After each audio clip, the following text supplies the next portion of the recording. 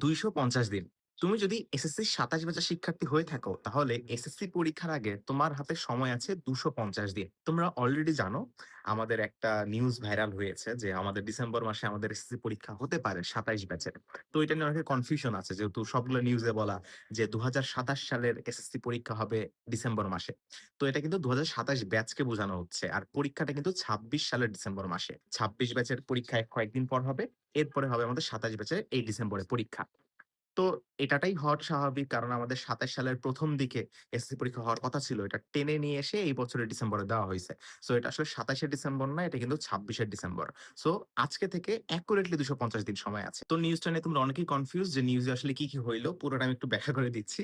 তো এই বছরের ডিসেম্বর মাসে ২৭ ব্যাচের পরীক্ষা, এবং পরীক্ষাটা অভিন্ন প্রশ্ন নেওয়ার প্রিপারেশন নেওয়া হচ্ছে, এবং সাবজেক্ট কমানো যায় কিনা চিন্তা ভাবনা করা হচ্ছে। এখন অনেকে বুঝতে পারতেছে না সাবজেক্ট কমাবে মানে কি বাদ দিয়ে দিবে কোনো কিছু? এমনটা না। কোনো কিছু বাদ না দিয়ে চেষ্টা করা হচ্ছে যেগুলো আছে সেগুলো দিয়েই কেমনে পরীক্ষাটা কমানো যায়। যেমন ধরো বাংলা ১ম আর বাংলা ২য় ২ টা পরীক্ষা হয়। এটাকে একসাথে করা যায় কিনা? ইংরেজি এরকম একসাথে করা যায় কিনা? তারপরে কিভাবে তোমার পড়াশোনার মানটাকে না চেঞ্জ করে বা যেগুলো পড়ছো সেগুলোকে ইউটিলাইজ করে সবগুলোকেই যাচাই করা হবে, কিন্তু পরীক্ষার সংখ্যাটা কিভাবে কমানো যায়। তো এই প্ল্যানিংটা হচ্ছে। তো এটা কতটুকু হবে না হবে কমিটি গঠন করছে। অনেক ভুগিযোগী বিষয় আছে। হবে কি হবে না জানি না। তবে কিছু জিনিস আছে সিওর যে এটা তোমার ডিসেম্বরে পরীক্ষা, এবং মোটামুটি এটা সিওর যে অভিন্ন প্রশ্নের পরীক্ষা। অর্থাৎ সবগুলো বোর্ডে সেম প্রশ্ন হবে। যেটা আগে হইতো। ১৪ সালের পর থেকে ভিন্ন প্রশ্ন শুরু হইল। মাঝখানে আবার একটা অভিন্ন প্রশ্ন হইল, আবার ভিন্ন।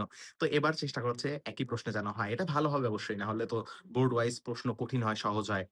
তোমার নাম্বার ডিফারেন্স আমরা দেখতে পারি। সো এটা অবশ্য ভালো। তো তোমার মাথায় কি জিনিস রাখতে হবে?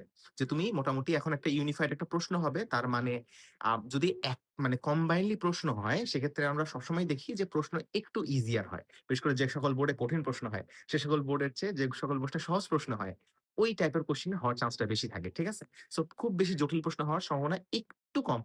করতেও পারে, বলা যায় না। তোমাকে সব রকমের প্রিপারেশন নিতে হবে। আর কোন সাবজেক্ট বাদ দেওয়া যাবে না। সব সাবজেক্ট প্রিপারেশন।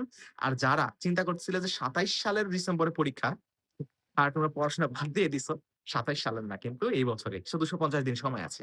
এখন কালকে থেকে যদি পড়াশোনা শুরু করো, এই চিন্তা করলে ২৫০ দিন অনেক ছোট। কারণ ওই কালকে কখনো আসবে না। কালকে করতে কখনোই পড়তে বসা হবে না।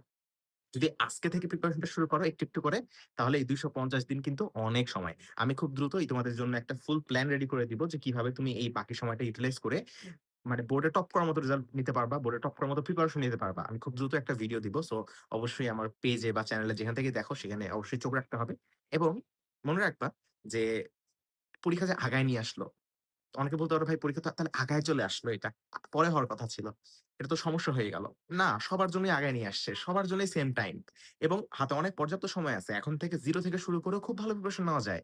এবং যাদের প্রিপারেশন একটু নেওয়া আছে, তোমরা তো খুব ভালো করতে পারবা এইটুকু সময়ের মধ্যে। আর যাদের খারাপ, যেমনটা বললাম, এখন থেকে শুরু করে খুব ভালো প্রিপারেশন নেওয়া সম্ভব।